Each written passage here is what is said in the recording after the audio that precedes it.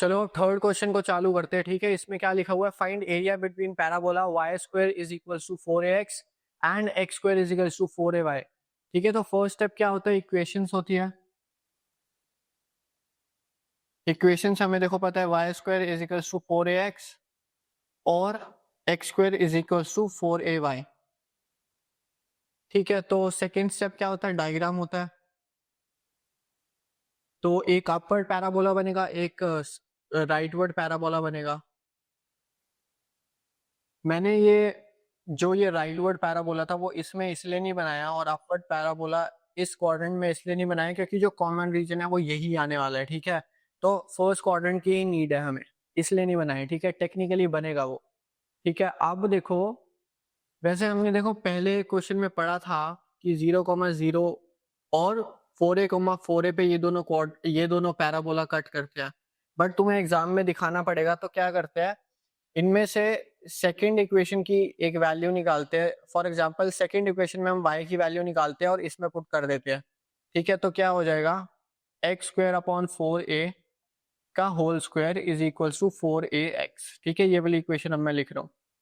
तो x की power 4, 4a की power square is equal to 4ax। ठीक है, ये कट जाएगा तो ये 3 आ जाएगा और x 0 आ जाएगा। ये 10th क्लास का कॉन्सेप्ट है। ठीक है, x और x या कोई भी वेरिएबल अगर दोनों साइड से कटता है, left hand side right hand side दोनों साइड से कटता है, तो उसका एक सॉल्यूशन 0 आ जाता है। ठीक है, उसके बाद अगर तुम्हें ये कॉन्सेप्ट नहीं पता तो ये अब याद कर लो। ठीक है, अब देखते हैं आगे से सॉल्व करते हैं। X cube is equal to 4a का क्यूब हो जाएगा। ठीक है, अब या तो दोनों साइड क्यूबिक रूट ले लो या फिर सीधा ये भी देख सकते हो कि ये सैटिस्फाई इक्वेशन तभी होगी जब x 4a होगा। तो x is equal to 4a हमारा एक सॉल्यूशन हो गया। ठीक है, अब इसके कॉरेस्पॉन्डिंग हम y निकाल लेते हैं। किसी भी इक्वेशन में हम x को 0 पुट करेंगे तो y 0 आ जाएगा और यहाँ पे 4a हम यहाँ पे प्लॉट कर देते हैं। ठीक है, 4a का स्क्वायर हो जाएगा यानी कि y भी 4a आ जाएगा। अब देखो एक चीज और मैं तुम्हें थोड़ा डिटेल में बता देता हूँ कि देखो x को 4a तुम मान रहे हो। ठीक है, हम जब क्यूबिक रूट लेंगे तो हो सकता है सिर्फ प्लस ना आए माइनस भी आ जाए, पर हम जो ले रहे हैं वो तो फर्स्ट क्वाड्रेंट ही ले रहे हैं ना, तो x की वैल्यू पॉजिटिव ही होगी, इसलिए हमने सिर्फ x इजिकल्स टू 4a लिया। ठीक है, तो 0,0 आ गया, 4a आ गया और वही हमने लिखा था। ठीक है, अब हमें थर्ड स्टेप पे हम जाएंगे, वो होती है लिमिट्स। ठीक है, लिमिट्स जब हमें लिखनी होंगी तो हम एक स्ट्रिप ले लेते हैं, वर्टिकल ले लेते हैं। ठीक है, वर्टिकल स्ट्रिप ले लेंगे तो देखो ये एक्सटेंड होके कहाँ पे आएगी, एक्स एक्सिस पे बेस आएगा इसका, और जब एक्स एक्सिस पे बेस आता है इसका मतलब एक्स की लिमिट्स कांस्टेंट है। ठीक है, तो देखो ये रीजन में एक्स की वैल्यू कहाँ से कहाँ तक जा रही है, एक्स इजिकल्स टू 0 से एक्स इजिकल्स टू 4a तक जा रही है। ठीक है, यहाँ से यहाँ तक जा रही है। वाई की अगर बात करेंगे तो वो हम इन इक्वेशन से निकालेंगे। ठीक है, ये जो अपवर्ड पैराबोला होता है उसकी इक्वेशन क्या होती है, ये एक्स स्क्वायर इजिकल्स टू 4 है वाई, तो यानी कि वाई की वैल्यू यहाँ से क्या आ जाएगी, एक्स स्क्वायर अपॉन 4 है। ये लोअर लिमिट हो गई। ठीक है, अपर लिमिट क्या होगी, राइटवर्ड पैराबोला वाली जो कि ये है, तो यहां से y की क्या वैल्यू आ जाएगी, 2√ax। ठीक है, तो हमारे पास ये चारों वैल्यू आ गई, लिमिट्स आ गई। ठीक है, अब हम देखते हैं ऑर्डर क्या लेंगे, क्योंकि ये जो स्ट्रिप है एक्स एक्सिस पे लैंड कर दिया है। ठीक है, और x की कांस्टेंट वैल्यू आ रही है। डबल इंटीग्रेशन के प्रॉब्लम को आसानी से सॉल्व करने के लिए हम कांस्टेंट लिमिट्स को बाहर लेते हैं, यानी कि dx बाहर आएगा, यानी कि अंदर dy आएगा, यानी कि dy dx हम ऑर्डर लेंगे। ठीक है, और दूसरा तरीका क्या हो सकता है कि थिक वर्टिकल स्ट्रिप तब बनती है जब चेंज ऑर्डर जो होता है वो dy dx होता है। ये मैंने चेंज ऑफ ऑर्डर वाले अपने क्वेश्चन में बताया था। ठीक है, तो बस मैंने उल्टा सोचा इस बार कि जब थिक वर्टिकल स्ट्रिप बन रही है तो चेंज ऑर्डर हमारा dy dx रहा होगा, और जो चेंज ऑर्डर होता है वही हम फाइनल प्रॉब्लम में ऑर्डर लिखते हैं, तो इसलिए ये मैंने dy dx लिख दिया। ठीक है, तो अब हम लिमिट्स लगाएंगे 0 और 4a वाली, dx बाहर है यानी बाहर वाली लिमिट से x की लिमिट्स होंगी, और यहाँ पे क्या आ जाएगा, देखो ये जो है ये लोअर लिमिट होगी यानी कि एक्स स्क्वायर अपॉन 4a, और यहाँ आ जाएगा 2√ax। ठीक है, तो ये हमारे पास अब डबल इंटीग्रेशन का प्रॉब्लम आ गया, इसे सॉल्व करते हैं। तो देखो यहाँ पे 1 लिखा हुआ है और y के रिस्पेक्ट में इंटीग्रेट करना है तो y ही आएगा, तो y और 2√ax और x square upon 4a, dx हमने बाहर लिखा 0 4a, ठीक है। इसे पुट करो upper limit minus lower limit x square upon 4a, ठीक है, dx, और ये आ जाएगा 0 और 4a, ठीक है। अब इसे इंटीग्रेट कर दो तो 2√a तो ऐसे के ऐसे लिखेंगे, x की पावर 1/2 है, यानी कि क्या आ जाएगा x की पावर 3/2। ये कैसे आया, देखो x की पावर n का इंटीग्रेशन क्या होता है, x n+1 अपॉन n+1, ठीक है। तो x की पावर 1/2 था तो क्या आएगा, x की पावर 1/2 + 1 अपॉन 1/2 + 1, 1/2 + 1 3/2 होता है, ठीक है। तो मैंने ये 3/2 लिखा अपॉन 3, और ये 2 मल्टीप्लीकेशन में चला जाएगा। फिर हम लिखेंगे माइनस, इसको मल्टीप्लाई करेंगे तो 4a तो देखो कांस्टेंट है, x स्क्वायर का इंटीग्रेशन क्या हो जाएगा, x³/3 इंटू 4a, ठीक है। हमने इंटीग्रेट कर दिया, अब हम इसमें लिमिट लगाएंगे 4a और 0 की। अब देखो जब हम लोअर लिमिट पुट करेंगे 0 तो ये टर्म 0 हो गया, 0 ये टर्म भी 0 हो गया, यानी कि लोअर लिमिट भूल जाओ। अपर लिमिट जब हम पुट करेंगे, ठीक है, तो बस हमें यहाँ पे 4a डालना है, यहाँ पे 4a डालना है और क्वेश्चन को सॉल्व करना है। हमारे पास आंसर आ जाएगा 16a²/3, ठीक है। तो ये आंसर हो गया इस क्वेश्चन का। अब हम चलते हैं फोर्थ क्वेश्चन पे, ठीक है। अगर फोर्थ क्वेश्चन की हम बात करें तो ये हमें क्वेश्चन दे रखा है, find area between curve x² = y and x + y = 2। तो फर्स्ट स्टेप क्या होता है, इक्वेशंस लिखेंगे। क्या इक्वेशंस गिवन है, x² = y और x + y = 2।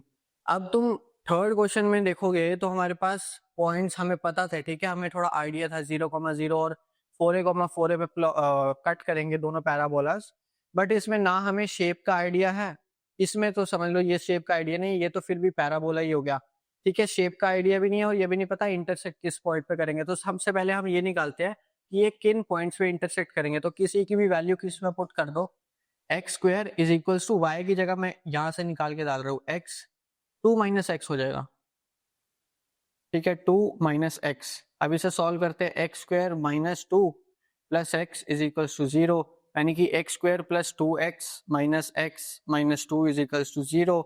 x कॉमन ले लिया तो x + 2, -1 कॉमन ले लिया तो x + 2, यानी कि हमारे पास कौन सी वैल्यूज आ गई, x1 आ गया और x - 2 आ गया, ठीक है। अब हमारे पास x की दोनों वैल्यूज आ गई, ठीक है। अब हम इसके कॉरस्पॉन्डिंग y की वैल्यू निकालते हैं, किसी भी इक्वेशन में पुट कर दो, क्योंकि इंटरसेक्शन पॉइंट है, दोनों इक्वेशन को सेटिस्फाई करेगा। तो y को, x को अगर हम 1 डालें तो y भी 1 आ जाएगा, और x को हम -2 डालें तो y 4 आ जाएगा, यानी कि हमारे पॉइंट्स ऑफ इंटरसेक्शन क्या आ गए, 1,1 और -2,4, ठीक है। अब हम स्टेप 3 पे जाते हैं, जो कि होता है डायग्राम, ठीक है। तो x² = y है, ठीक है। तो ये क्या हो गया, अपवर्ड पैराबोला हो गया, ठीक है। तो इसमें हम देखो पूरा पैराबोला बनाएंगे, क्यों बनाएंगे अब मैं बताता हूँ कि भाई अब अचानक से तूने पूरा पैराबोला कैसे बना दिया, क्योंकि देखो यहाँ पे नेगेटिव पॉइंट आ रहा है, इसका मतलब x नेगेटिव वाला हिस्सा भी कॉमन आ सकता है, इसलिए मैंने बनाया, ठीक है। तो ये देखो ये x एक्सिस हो गई, ये y एक्सिस हो गई। अब हम क्या करते हैं, इन पॉइंट्स को प्लॉट करते हैं। तो 1,1 कहीं यहाँ पे आएगा और -2,4, -2,4 मतलब कहीं यहाँ पे, ठीक है। ये दोनों जो है ये लाइन के भी पॉइंट्स है, तो लाइन को ज्वाइन कर दो, और इंटरसेक्शन पॉइंट्स भी है इन दोनों के, तो वो भी हमने कर दिया। अब देखो इसमें हमें लिमिट्स लिखनी है। अगर हम हॉरिजॉन्टल स्ट्रिप लेंगे तो देखो यहाँ पे ये लाइन वाली इक्वेशन यूज हो रही है और फिर ये पैराबोला आ गया, यानी कि फंक्शन चेंज हो रहा है। तो अगर हम हॉरिजॉन्टल स्ट्रिप लेते हैं तो हमें दो रीजन्स में डिवाइड करना पड़ेगा, बट अगर हम वर्टिकल स्ट्रिप ले लें तो देखो तो फंक्शन नहीं चेंज हो रहा, बस लोअर लिमिट में एक फंक्शन आएगा और अपर लिमिट में एक फंक्शन आएगा, जो कि ज्यादा इजी है, ठीक है, क्योंकि हमें इंटीग्रेट एक ही बार करना पड़ेगा। तो अब हम लिमिट्स लिखते हैं, क्योंकि देखो थिक स्ट्रिप का जो बेस है वो एक्स एक्सिस पे लैंड करेगा, इसका मतलब एक्स की लिमिट्स कांस्टेंट है। जब एक्स की लिमिट्स कांस्टेंट है तो वो कहां से कहां तक जा रही है, -2 से 1 तक जा रही है, यानी कि लोअर लिमिट -2, अपर लिमिट 1 हो गई, ठीक है। लेफ्ट टू राइट देखेंगे। फिर अगर हम y की बात करें तो वो हम बॉटम से टॉप देखेंगे, बॉटम वाली इक्वेशन पैराबोला वाली है, ठीक है। तो y की क्या लिमिट आ गई, एक्स स्क्वायर आ गई लोअर लिमिट। अपर लिमिट की अगर हम बात करेंगे तो वो क्या आ जाएगी, इस इक्वेशन से निकालो 2 माइनस एक्स। ठीक है, अगर हम ऑर्डर की बात करें तो देखो ये वर्टिकली थिक स्ट्रिप है, यानी कि d y d x order होगा। और अगर तुम्हें ऐसे नहीं पता चलता तो देखो एक्स की लिमिट्स कांस्टेंट है, आसानी से हम क्वेश्चन को सॉल्व तब कर पाएंगे जब कांस्टेंट लिमिट बाहर की तरफ होगी, और अगर हमें बाहर की तरफ एक्स की लिमिट चाहिए तो बाहर की तरफ ही एक्स का ऑर्डर होना चाहिए, इसलिए डी वाई डी एक्स हम लिखेंगे। ठीक है, तो कुछ नहीं करना, अब हमें इसे नॉर्मली सॉल्व कर देना है। ठीक है, वन का इंटीग्रेशन वाई होगा और upper limit minus lower limit यानी कि -2 माइनस एक्स स्क्वायर। तो हमने इंटीग्रेट भी कर दिया, लिमिट्स भी लगा दी, अब बचेगा dx। ठीक है, -2 1, इसे हम इंटीग्रेट करेंगे 2x minus x square by 2 minus x cube by 3। ठीक है, लिमिट्स लगाएंगे 1 और -2। इसे जब तुम सॉल्व करोगे तो 9/2 आंसर आ जाएगा। ठीक है, जो कि एरिया होगा इस पूरे फिगर का। ठीक है, सो विद दैट हमारा एरिया टॉपिक जो है वो पूरा कंप्लीट हो चुका है। अब हम नेक्स्ट टॉपिक पे चलते हैं, which is change of variables.